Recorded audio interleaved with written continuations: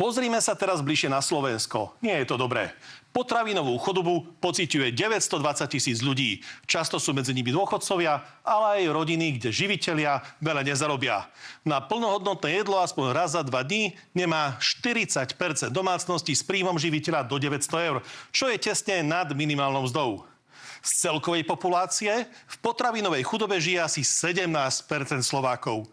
3-krát viac ako napríklad Čechov. Ako sa dá vyžiť doslova z ruky do úst? Pozrieme si reportáž kolegu Jozefa Demetera. V týchto sociálnych bytoch žije 6-členná rodina. Monikina materská dávka nestačí a tak si privyrába predajom Notabene. Pomáha im charita zo sociálneho bývania. S potravinovou pomocou, čiže aj s hygienou, aj so satením pre dieťa, aby mali do školy. Varia z toho, čo majú, a nie je to veľa, najmä ak sa k ním prídu najesť aj 2 deti z prvého manželstva. Dnes je v pláne grenadír. Lebo je to najlacnejšie jedlo a naje sa z toho celá rodina. Môžete nakriať zemiaky. Super. Ja zatiaľ očistím cibulu. Tak. Cestoviny budú kolienka? Áno. Kolienka mám rád. Maďar, paprika. To, čo vlastne je, tak to papáme, hej.